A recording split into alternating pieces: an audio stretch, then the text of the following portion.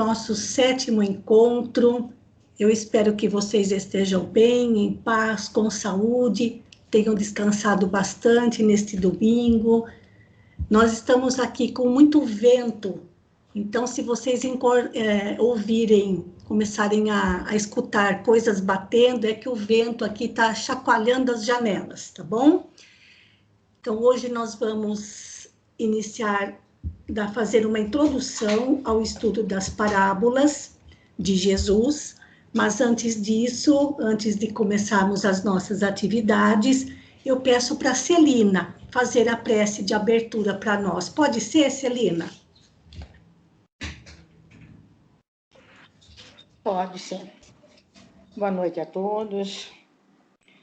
Vamos elevar nossos pensamentos, agradecer ao nosso Mestre Jesus esta oportunidade de estudo do Evangelho à luz do Espiritismo.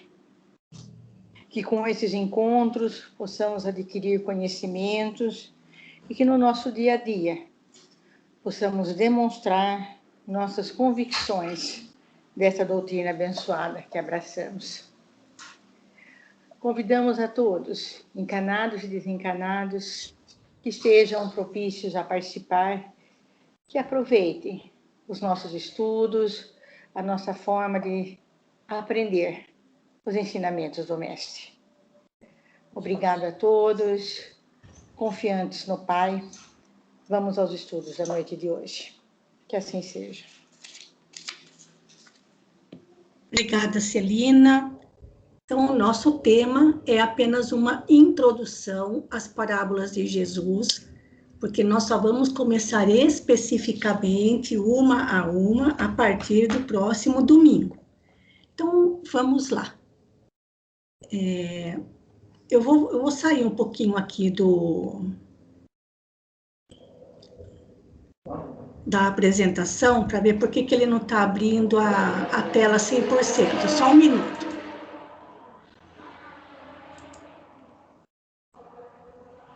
Eu vou voltar um pouquinho, gente. Quero que ela abra na tela totalmente. Eu vou voltar no Skype, vou parar de compartilhar e vou compartilhar novamente para ver se o slide abre 100%. Agora sim. Agora tá jóia. Então vamos lá. A nossa introdução às parábolas de Jesus. Por que Jesus fala em parábolas? Primeiro, uma pequena introdução. Aproximando-se os discípulos, perguntaram a Jesus: por que lhes falas em parábolas?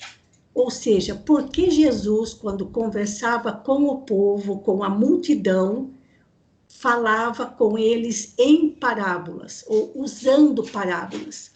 E Jesus respondeu: porque a vós, ou seja, aos discípulos, foi dado conhecer os mistérios do reino dos céus, mas a eles não.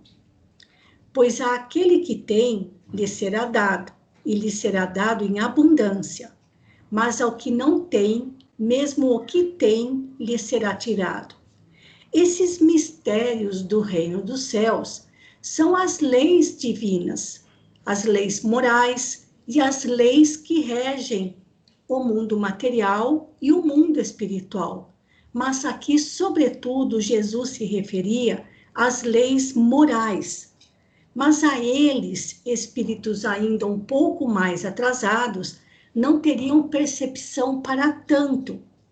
Mas para aquele que buscasse, para aquele que tivesse aquele que tem, ou seja, aquele que tem disposição em aprender, tem boa vontade para conquistar esses conhecimentos, serão dadas todas as oportunidades possíveis ao seu alcance e serão dadas em abundância, mas tem que partir da pessoa.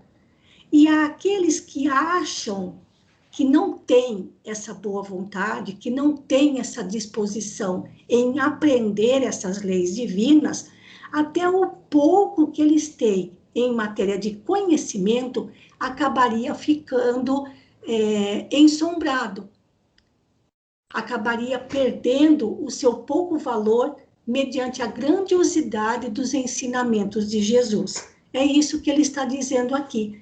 Então, que a gente tenha essa boa vontade, essa boa disposição de aprender esses mistérios do reino dos céus, que nada mais são do que as leis morais, as leis divinas que nos governam, tanto no aspecto moral, espiritual, como também no nosso relacionamento com o mundo espiritual, tá bom?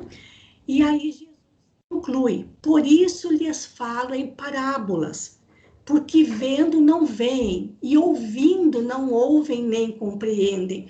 Ou seja, eles têm dificuldade de observação, dificuldade de assimilação e dificuldade de compreensão. Foi com essas pessoas com quem Jesus conviveu inicialmente, sobretudo na região norte de Israel, onde ficava a Galileia, que a maioria das parábolas foram proferidas por Jesus, todas na Galileia, para a população simples daquela região. Pessoas que se dedicavam à pesca, à atividade agrícola e ao pastoreio. Então, eram pessoas com poucos conhecimentos, a maioria sem saber ler e sem a possibilidade de acesso ao saber. Mas vamos compreender também qual é o significado da palavra parábola. Se o que nós entendemos hoje por parábola significava o mesmo nos tempos de Jesus.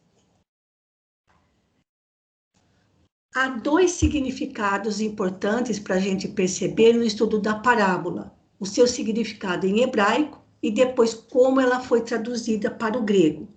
Lembrando que o hebraico do tempo de Jesus era uma língua muito pobre e as palavras, os conceitos tinham que ser muito concretos e as palavras eram representadas, eram escritas somente com as consoantes e não com as vogais.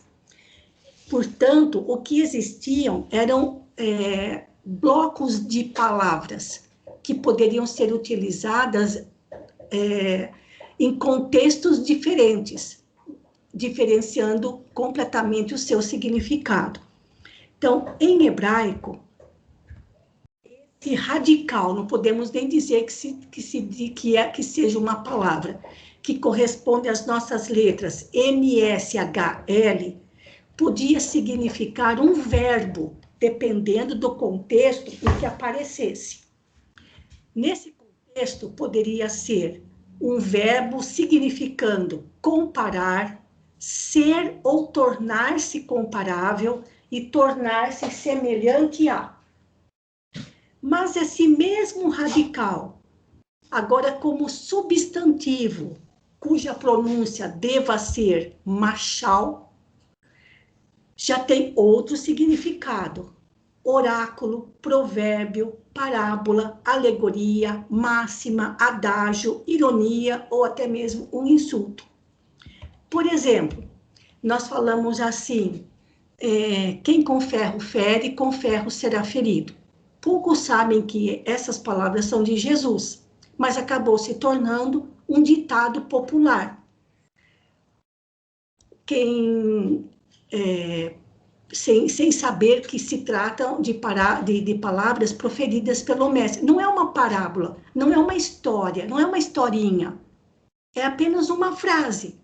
Para nós isso não é uma parábola, mas para eles já seria uma parábola. Outro exemplo: onde tem fumaça, tem fogo.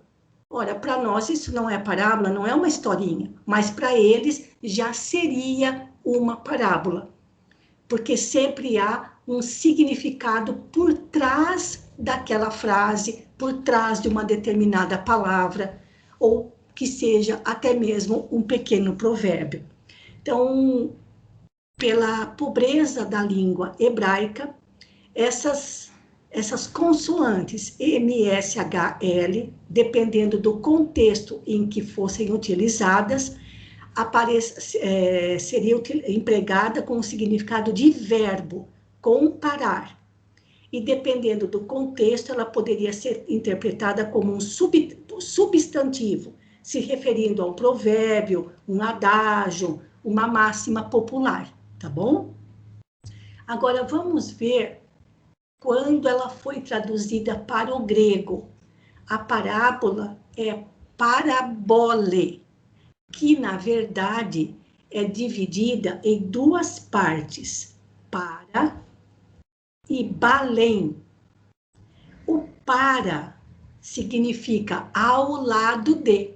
Então, nós temos paralelas, paralelepípedo, que esse radicalzinho para significa ao lado de.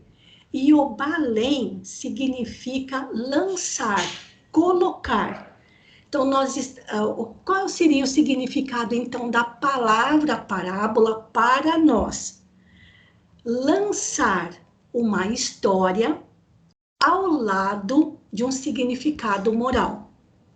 Ou, em outras palavras, ao lado de um ensinamento moral, colocar uma historinha.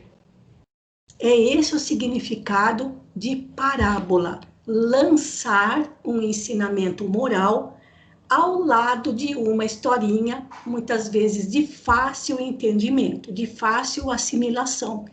Tanto é que todas as parábolas de Jesus podem ser contadas com facilidade para uma criança. O problema para nós vai ser tirar o significado moral profundo que existe por trás delas. Bom, o que mais? Uma informação que pouca gente conhece é qual é o total de parábolas proferidas por Jesus, citadas nos evangelhos.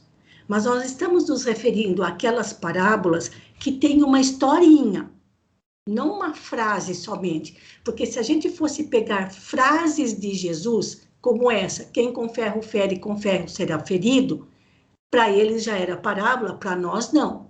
Então, a gente está contando, nós estamos contando como parábolas somente aquelas onde há uma historinha, por mais infantil que seja.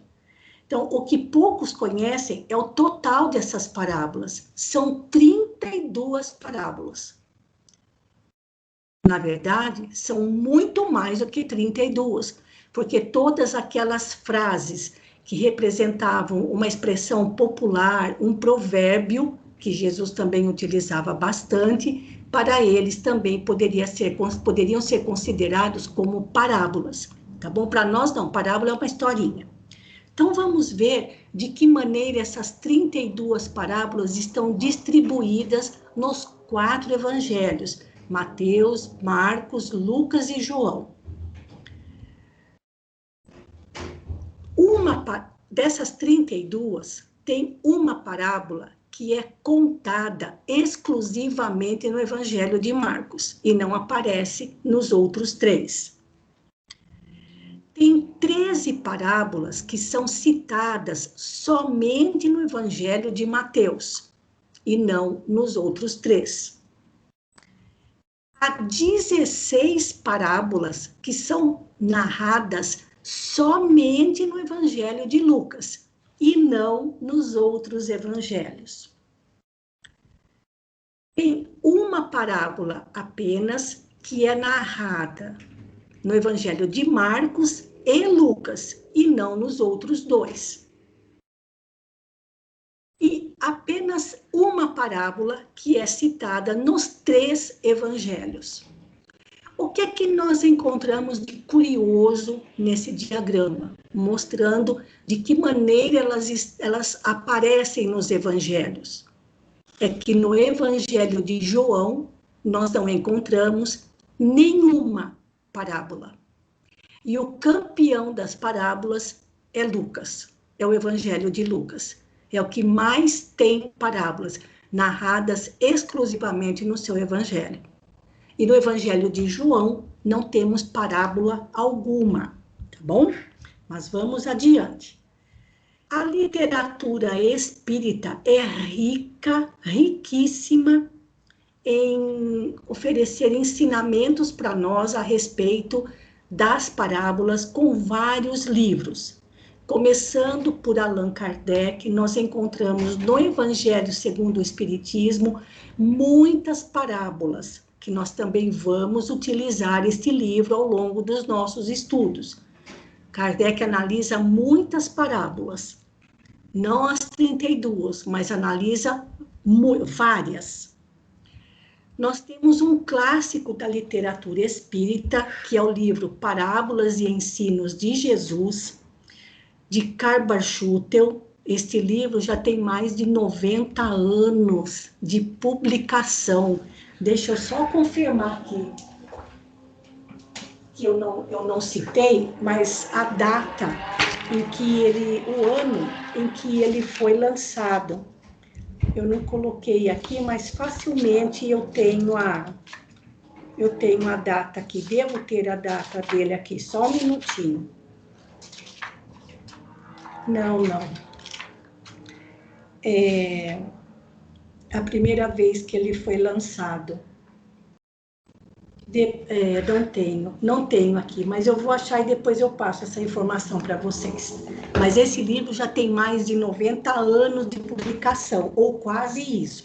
Então, é um clássico da literatura espírita. E é bom a gente saber disso para irmos formando a nossa própria coleção de livros de estudos. Temos também o livro Parábolas que Jesus Contou e Valem para Sempre, da dona Terezinha Oliveira, uma grande trabalhadora, estudiosa espírita aqui da cidade de Campinas, falecida recentemente, em 2013, e que deixou muitas contribuições no ensino doutrinário e no ensino do Evangelho de Jesus. Temos também o livro Parábolas Evangélicas, de Rodolfo Caligares. Rodolfo Caligares era da cidade aqui de Rio Claro. Todos os livros dele, da coleção dele, foram publicados pela FEB, que é a Federação Espírita Brasileira, e Rodolfo Caligares ainda tem familiares. Ele tem, ainda tem as filhas dele que moram na cidade de Rio Claro. E uma delas, mais próximas a nós, a dona Sônia, cujo filho Alexandre foi nosso colega de trabalho também, como professor de matemática no colégio onde eu lecionava, e ele também tem participado de algumas atividades conosco no nosso grupo espírita. Então, olha que mundo pequeno, realmente. Rodolfo Caligares é uma referência de inteligência na interpretação do Evangelho e no ensino também da doutrina espírita. E ele tem uma coleção. Então, são esses daqui, olha lá, Parábolas Evangélicas, o Sermão da Montanha, Páginas de Espiritismo Cristão e as Leis Morais. Então, são 4 as obras de Caligares, todas publicadas pela Federação Espírita Brasileira. Vejam que coisa interessante, um grande estudioso que ele foi e tão pertinho aqui da gente. Nós temos também o lançamento mais recente do Rafael Papa, de Juiz de Fora, Parábolas de Jesus à luz da doutrina espírita. Na verdade, o Rafael, ele não é o autor, ele é o organizador, porque ele reuniu nesse livro vários estudos feitos por outros espíritas, no caso, Haroldo Dutra Dias, Raul Teixeira, o Simão Pedro de Lima, o Andrei Moreira, e mais 20 grandes estudiosos da doutrina espírita. Eu ainda não adquiri esse livro, mas faz parte da minha coleção de desejos, tá certo? Então, mais uma referência aqui para utilizar nos nossos estudos. Se não me engano, já tem um volume 2 desse livro, preciso confirmar. Outro também que é de grande referência e um estudo profundo é o livro de Kenneth Bailey, já desencarnado em 2016, um grande estudioso das parábolas, e ele tem neste livro um estudo muito aprofundado das parábolas de Lucas. e ele viveu 20 anos no Oriente Médio, entre as aldeias mais remotas daquela região, para conhecer mais de perto os costumes, as tradições daqueles povos, tradições essas que se assemelham muito àquelas aldeias dos tempos de Jesus. Então, faça uma ideia como ele passou 20 anos estudando para depois publicar esta obra, que é uma referência e mostra para a gente o quanto Jesus era mestre ao proferir essas parábolas, tá bom? Quando nós pegarmos, lembrando que são 16 parábolas contadas no Evangelho de Lucas, e é como nós vemos aqui pela capa, fica bem claro para nós que se trata da parábola do bom samaritano, que é contada somente no Evangelho de Lucas. Então, nós vamos ter, assim, um campo imenso de estudos com essas parábolas. Ah, outra coisa, o livro do Kenneth Bailey eu tenho em PDF e depois eu vou mandar no grupo para vocês, porque nós vamos utilizar sim, porque a referência dele, nós vamos, de todos esses livros que eu mostrei para vocês, nós vamos utilizar o Evangelho segundo o Espiritismo, claro, Parábolas e Ensinos de Jesus, do Karl Barth-Schutel, Parábolas Evangélicas, do Rodolfo Caligares, e esse Parábolas de Lucas, do Kenneth Bailey. Então, eu tenho o do Kenneth em PDF, porque o livro mesmo, ele tem um precinho meio salgado, então a gente pode utilizar o PDF sem problema algum, tá bom? Mas eu vou enviar esse material para vocês. E quando nós estudamos as parábolas da turma 1, o Matias está dizendo aqui para nós, olha, ele já mandou aqui para mim, que eu vi aqui, olha, foi em 1928 que o livro Parábolas e Ensinos de Jesus, do Karl Barth-Schutel, foi publicado. Então, já tem, sim, mais de 90 anos, certo, gente? Olha que coisa impressionante, não? Um livro espírita já com mais de 90 anos aqui, nós estudando ainda. Bem, quando nós estudamos as parábolas na turma 1, às quartas-feiras, nós demoramos 1 ano e meio, mais ou menos, para estudar as 32 parábolas. Se nós começássemos tudo de novo, tenho certeza que a gente ia demorar mais de 1 ano e meio. E como nós estamos realizando esse estudo via Skype, eu acredito que esse tempo fique ainda maior. E mesmo porque nós não vamos poder utilizar algumas das ferramentas de estudo como a gente utilizava presencialmente. Mas vamos ver, para tudo se dá um jeito. Mas não tenham pressa, não podemos ter pressa no estudo do Evangelho.